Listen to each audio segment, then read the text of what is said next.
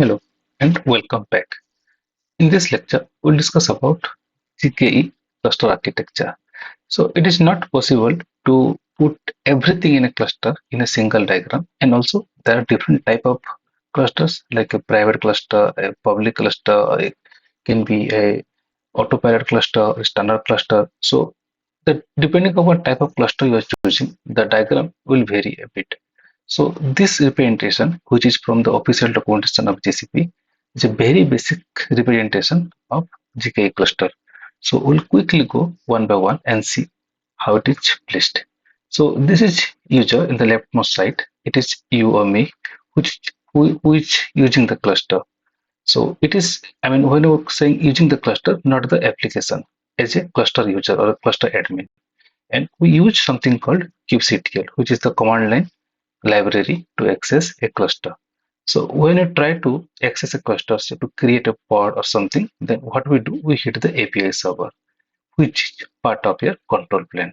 So if you see here, and if you see the notes here, it says GKE managed. So this entire blue section, irrespective of the type of cluster that you choose, autopilot, standard, private, public, regional, zonal, this cluster control plane will always be managed by GCP. So you don't have to basically own the management, or you don't have to maintain the control plane elements. And if you ask me, this is a very big overhead which is GCP or Google Cloud taking from you.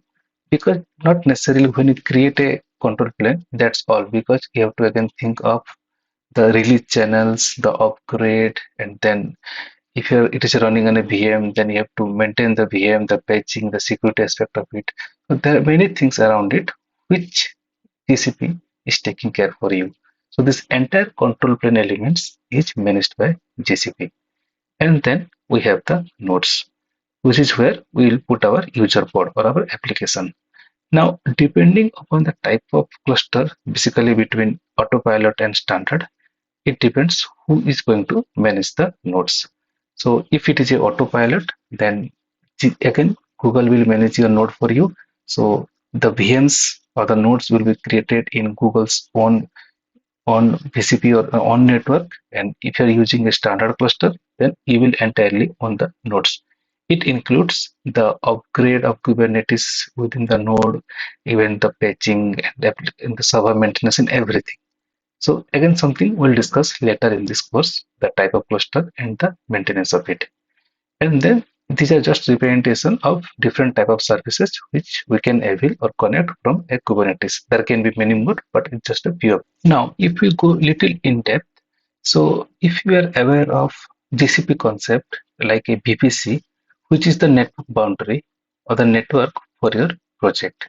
So when I have a project in GCP and I want to create a GKE cluster, so when I say the control plane is managed by GCP, in that case, the control plane is created in GCP's network, or in Google's term in GCP's VPC. So when you create a project, you can create one or more VPC, which basically is your network boundary for your project.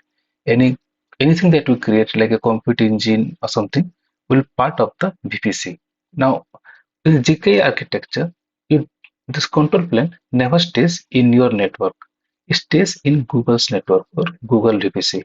Now, the type of nodes you choose, I mean, the type of cluster you choose, autopilot standard, it depends where the nodes go.